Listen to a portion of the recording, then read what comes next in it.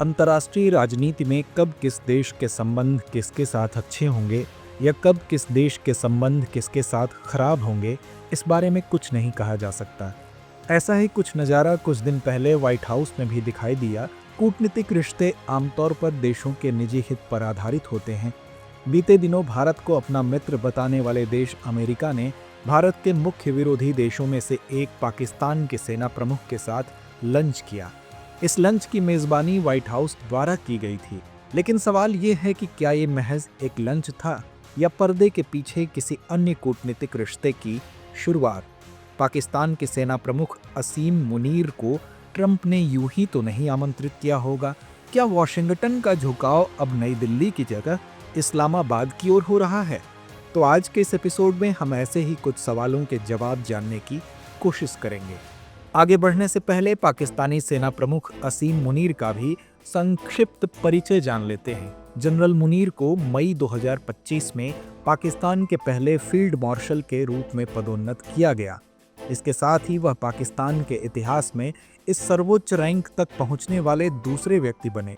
यह पदोन्नति उनकी नेतृत्व क्षमता और ऑपरेशन बुनियान मरसूस में उनकी भूमिका के कारण हुई, जिसने भारत की आक्रामकता को नाकाम किया और राष्ट्रीय सुरक्षा सुनिश्चित की। और वर्तमान में जब भारत पाकिस्तान के रिश्ते असामान्य चल रहे हैं, ऐसे में असीम मुनीर को व्हाइट हाउस में लंच के लिए आमंत्रित किया जाना सामान्य तो नहीं है।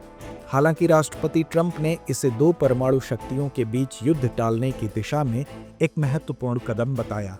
उन्होंने जनरल मुनीर को भारत के ऑपरेशन सिंदूर के बाद संघर्ष को रोकने के लिए धन्यवाद भी दिया।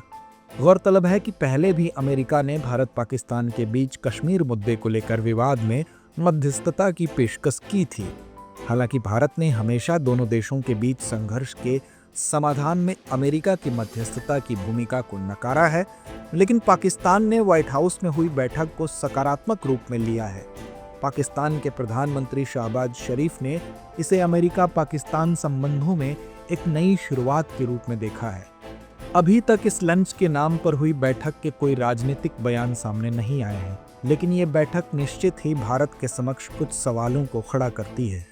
भारत के साथ अपने रक्षा संबंधों को मजबूत बढ़ाते हुए पाकिस्तान के प्रति इस तरह की पहल अमेरिका के पाकिस्तान के साथ रक्षा सहयोग और आतंकवाद पर उसकी नीति को लेकर सवाल उठा सकती है। अमेरिका को यह सुनिश्चित करना होगा कि पाकिस्तान के साथ इसका कोई भी रिश्ता भारत के साथ उसकी बढ़ती सामरिक और रक्षा साझेदारी को कमजोर न करे, जो चीन के बढ़ते प्रभाव के खिलाफ एक महत्वपूर्ण शक्ति संतुलन है।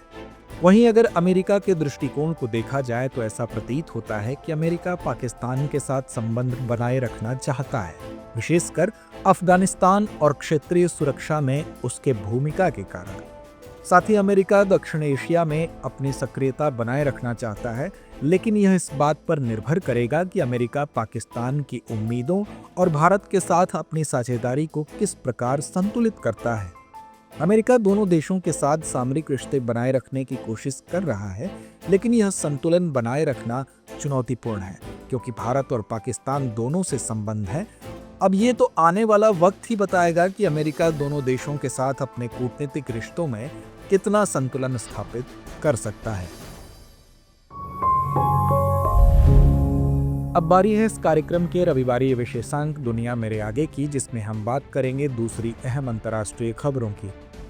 हाल ही में इजराइल द्वारा ईरान पर हुए हमलों के बाद वैश्विक तेल कीमतों में तेजी आई है, जो कि एक महत्वपूर्ण आर्थिक संकेत है।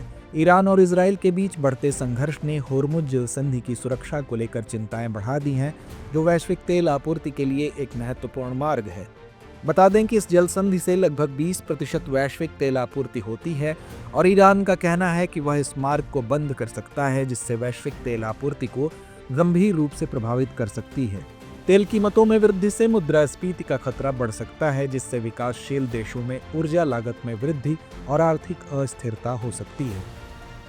हाल ही में रूसी राष्ट्रपति व्लादिमीर पुतिन ने कहा कि नाटो का पुनः सशस्त्रीकरण रूस के लिए कोई खतरा नहीं है। उनका दावा है कि रूस अपनी सुरक्षा सुनिश्चित करने के लिए आत्मनिर्भर है। दरअसल नाटो देश अपना सैन्य बजट 5% तक बढ़ाने पर विचार कर रहे हैं। बता दें कि नाटो उत्तरी अटलांटिक संधि संगठन का संक्षिप्त रूप है। यह अपने सदस्य देशों के बीच सामूहिक सुरक्षा सुनिश्चित करने के लिए गठित एक सैन्य गठबंधन है वर्तमान में इसके 32 सदस्य देश हैं, जिनमें America, Canada, Britain, France, Germany और अधिकांश यूरोप शामिल हैं। हाल ही में अमेरिका ने विदेशी छात्रों के लिए वीज़ा इंटरव्यू प्रक्रिया को फिर से शुरू किया है, लेकिन इसके साथ ही एक नया विवादास्पद नियम भी लागू किया है। अब सभी स्टूडेंट वीज़ा आवेदकों को अपनी सोशल मीडिया प्रोफाइल को सार्वजनिक करना अनिवार्य होगा। अमेरिकी विदेश मंत्रालय के अनुसार यह कदम राष्ट्रीय सुरक्षा के मद्देनजर उठाया गया है। कर्मचारी आवेदकों की ऑनलाइन गतिविधियों की समीक्षा करेंगे ताकि यह सुनिश्चित किया जा सके कि वे अमेरिका, उसकी सरकार, संस्कृति, संस्थानों या संस्थापक सिद्धांतों के प्रति शत्रुतापूर्ण नहीं है। यदि कोई आवेदक अपनी सोशल मीडिया प्रोफाइल को सार्वजनिक नहीं करता है तो इसे संदेहपूर्ण माना जाएगा और वीज़ा आवेदन को अस्वीकार किया जा सकता है। तो व्यूअर्स, चर्चा को यहीं विराम देते हैं और नोट करते हैं आज का सवाल।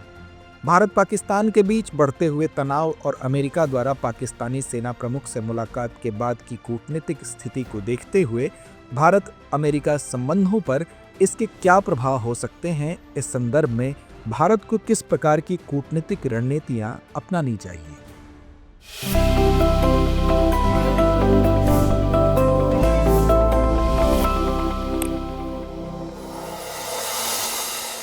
डियर व्यूअर्स, अपने एग्जाम की तैयारी को और बेहतर करने के लिए हमारे चैनल को लाइक, शेयर और सब्सक्राइब करना न भूलें।